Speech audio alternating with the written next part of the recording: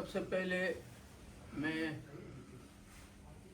सोहेल अब्रो साहब और उसके साथियों का शुक्रगुजार हूँ जिन्होंने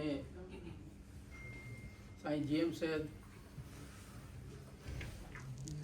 की सालगिरह के हवाले से ये तकरीब मुनक्किद की है और ये उनको एजाज़ जाता है कि उन्होंने उस शख्सियत का कि जो तकरीब रखी है वो शख्सियत ऐसी हैं और मुझे एजाज़ है कि मैं एंटी-1 यूनिट मूवमेंट की तहरीक में साईं जीएम सैयद के साथ जैकबाबाद और खैरपुर के जलसों में शरीक था और मैंने वहाँ SNSF की तरफ से स्पीचेस भी की थी और वो खैरपुर का जो जलसा था वो मैंने आज तक अपनी ज़िंदगी में नहीं देखा और उसी जलसे के बाद वहाँ से साईं जीएम सैयद को गिरफ्तार करके नज़रबंद किया गया। तो बहुत सारे लोग मुख्तलिफ़ चीज़ें कहते हैं कि भाई साईं जीएम सैयद इलेक्शन में खड़े हुए, वो फिर इलेक्शन जीत नहीं पाए, लेकिन आप सबको पता है कि पाकिस्तान में इलेक्शंस कौन कराता है और कौन ही जीतवाता है और कौन रिज़ल्ट जो है वो मेंटेन करता है। ये तो आलम आश्कार बात है। जो अभी इलेक्शन हुए हैं या इससे पहले एक उनसे गलती हुई थी 70 के इलेक्शन जो उन्होंने करवाए थे, लेकिन उनके भी नताइज उन्होंने कबूल नहीं किए। बात सीधी सीधी ये है कि जब सेकंड वर्ल्ड वॉर के बाद वहाँ से ब्रिटिश को निकलना था तो उनके मुफादात थे, वो उनके लिए उनको एक बफर स्टेट चाहिए थी। अंग्रेज़ों की फ़ौज में 56% फ़ौज का ताल्लुक पंजाब से था और वो उसी फ़ौज के हवाले से पाकिस्तान बना के उसको अपनी कॉलोनी के तौर पे, बफर स्टेट के तौर पे चलाना चाहते थे, लेकिन उनको एक पॉलिटिकल सिस्टम चाहिए था जिसके ज़रिए वो पाकिस्तान बना सके। मोहम्मद अली जिन्ना, फिर उसके बाद लियाकत अली ख़ान, जिस तरह उनका जो है वो उनकी मौत वाक़ई हुई वो भी आपको सबको पता है, उसमें जाने की ज़रूरत भी नहीं है कि गवर्नर जनरल जो कराची एयरपोर्ट पे उतरता है और फिर उसको एम्बुलेंस भी नहीं मुहैया होती कि वो एम्बुलेंस में ही जो है वो मक्खियों की उस भुनकार में जो है वो फौत हो जाता है।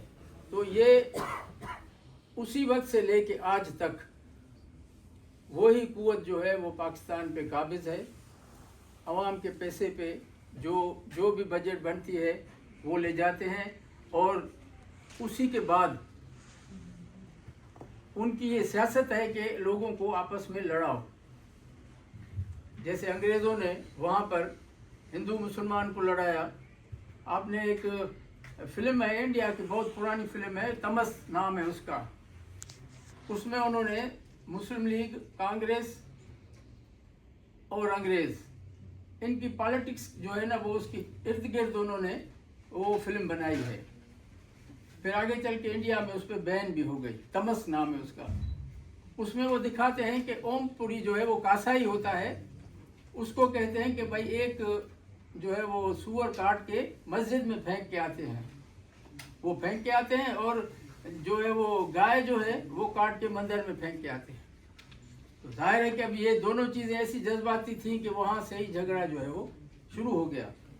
तो वही पॉलिटिक्स पाकिस्तान बनने के बाद यही राइज की गई।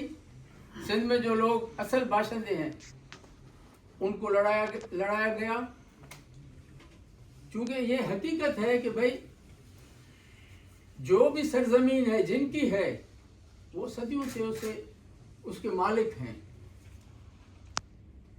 अब पश्तून हैं, वहाँ पर भी मुख्तलिफ ग्रुप बना के वो जो एक इख्तलाफ है वो पैदा किया गया। बलूचिस्तान में भी एक ऐसी लीडरशिप पैदा की गई है जो हुक्मरान भी है और जो वतन के लिए स्ट्रगल कर रहे हैं वो उनकी नज़र में गद्दार बनाए गए हैं हुकूमत की मीडिया के तौर पे। तो ये चीज़ें जो है वो शुरू से ही सादिक और जाफर पैदा किए गए हैं हर तबके में। ऐसा नहीं है कि सिर्फ जो है वो एक तबका है, سندھ میں وڈیرے پیدا کیے گئے جو اب بھی حکمران ہیں. MQM میں ایسے لوگ پیدا کیے گئے مہاجروں میں جنہوں نے جو ہے وہ سندھیوں کو جو ہے وہ برا بھلا کہا, اور سندھیوں میں ایسے لوگ پیدا کیے گئے جو ان کو برا بھلا کہیں.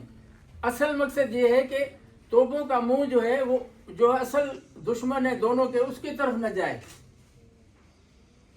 بکنے والے لوگ تو ہر قوم میں ہوتے ہیں, یہ تو صدیوں ہزاروں سالوں سے یہ ہسٹری چلی آ رہی ہے. اب امام حسین علیہ السلام سے لے کے دیکھیں تو ان کو بھی قتل کرنے والے مسلمان ہی تھے نا, شہید کرنے والے. تو یہ سلسلہ جو ہے وہ چلتا آ رہا ہے, لیکن حقیقت یہ ہے کہ قومیں کبھی بھی نہیں مرتی. یہ میرا ایمان ہے کہ جو قومیں ہیں جن کو یہ ختم کرنے کے لیے جتنا بھی اسلحہ بارود استعمال کر رہے ہیں, لیکن قوموں کو یہ ختم نہیں کر سکتے. 30 لاکھ بنگالی انہوں نے مارے, لیکن بنگال تو اب بھی زندہ ہے, اس کی حالت پاکستان سے بہتر ہے.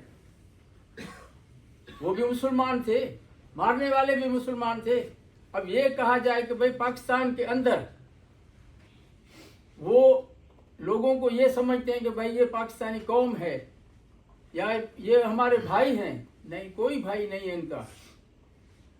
ان کا بھائی کوئی نہیں ہے. ان کو وسائل پہ جو ہے وہ قبضہ رکھنا ہے اپنا برقرار, اور وہی وسائل جو ہیں ان کے لیے وہ لوگوں کو مارتے آ رہے ہیں اور مارتے رہیں گے.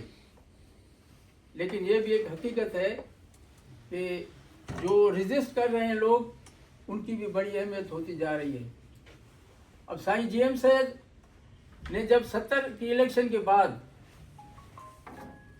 جب عوامی لیگ کو اکثریت حاصل تھی, صرف 2 سیٹیں بنگال میں انہوں نے ہاری تھی, ایک راجا تری دیو رائے اور دوسرا نور الامین.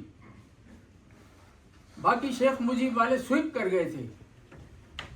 جب جمہوری طریقے سے ان کو حکومت نہیں دی گئی تو پھر انہوں نے یہ سوچا کہ بھائی جمہوری طریقے سے ہم جتنا بھی لڑیں گے ہمیں تو ملنا کچھ بھی نہیں, رزلٹ یہی بناتے ہیں, یہی الیکشن کرواتے ہیں, یہی جو ہے وہ رزلٹ بھی خود ہی اناؤنس کرتے ہیں.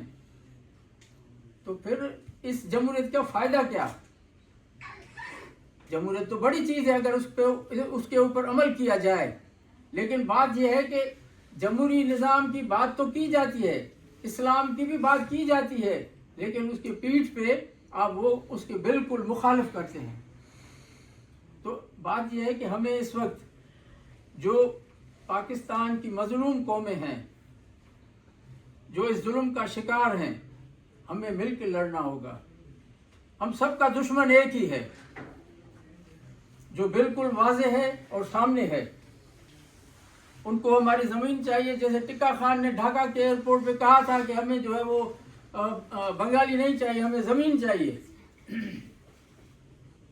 تو اب ان کو جو ہے وہ ہم اور آپ کی ضرورت نہیں ہے, ان کو ہمارے وسائل چاہیے, اور ان وسائل کو وہ اونے پونے دام بیچتے جا رہے ہیں. ان کو بھی پتا ہے کہ یہ سلسلہ کب تک چلے گا. تو میں آپ کا زیادہ وقت نہیں لوں گا. میں پھر بھی آپ سب کا شکر گزار ہوں, خصوصاً سہیل بھائی کا اور اس کی ٹیم کا, جنہوں نے سائیں جی ایم سید کے جو ہے وہ خراج تحسین پیش کرنے کے لیے اہتمام کیا ہے. بڑی مہربانی, نوازش.